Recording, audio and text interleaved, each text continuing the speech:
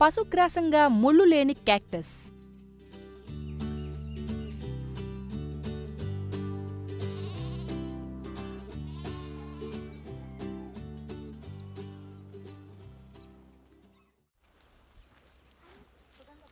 ప్రపంచవ్యాప్తంగా అనేక మంది రైతులు తమ జీవనోపాధి కోసం పశువులను పెంచుతున్నారు.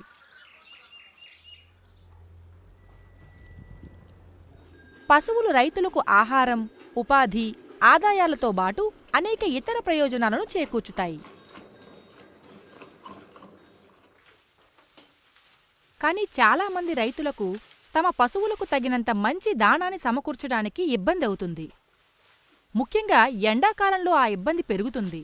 దాంతో పశువుల ఆరోగ్యం చెడుతుంది.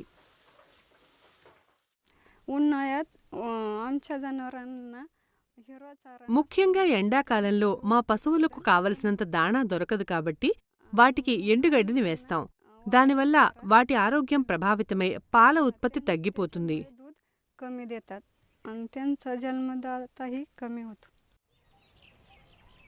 భారతదేశంలోని రైతుల ద్వారా క్యాక్టస్ను పశుగ్రాసంగా ఎలా ఉపయోగించవచ్చో తెలుసుకుందాం.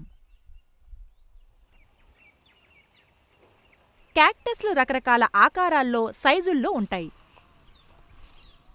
చాలా క్యాక్టస్లకి పదునైన ముళ్ళు, మందపాటి చర్మం ఉంటాయి.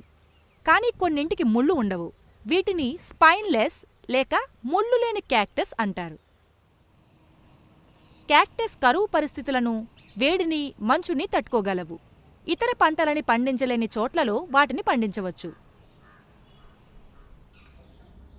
ప్రిక్లీ పియర్ అనేది ఒక రకమైన క్యాక్టస్.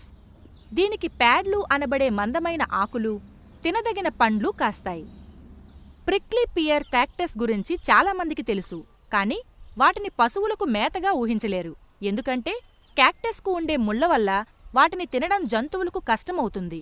కానీ ఇప్పుడు ముళ్ళు లేని కొత్త రకాలు వస్తున్నాయి.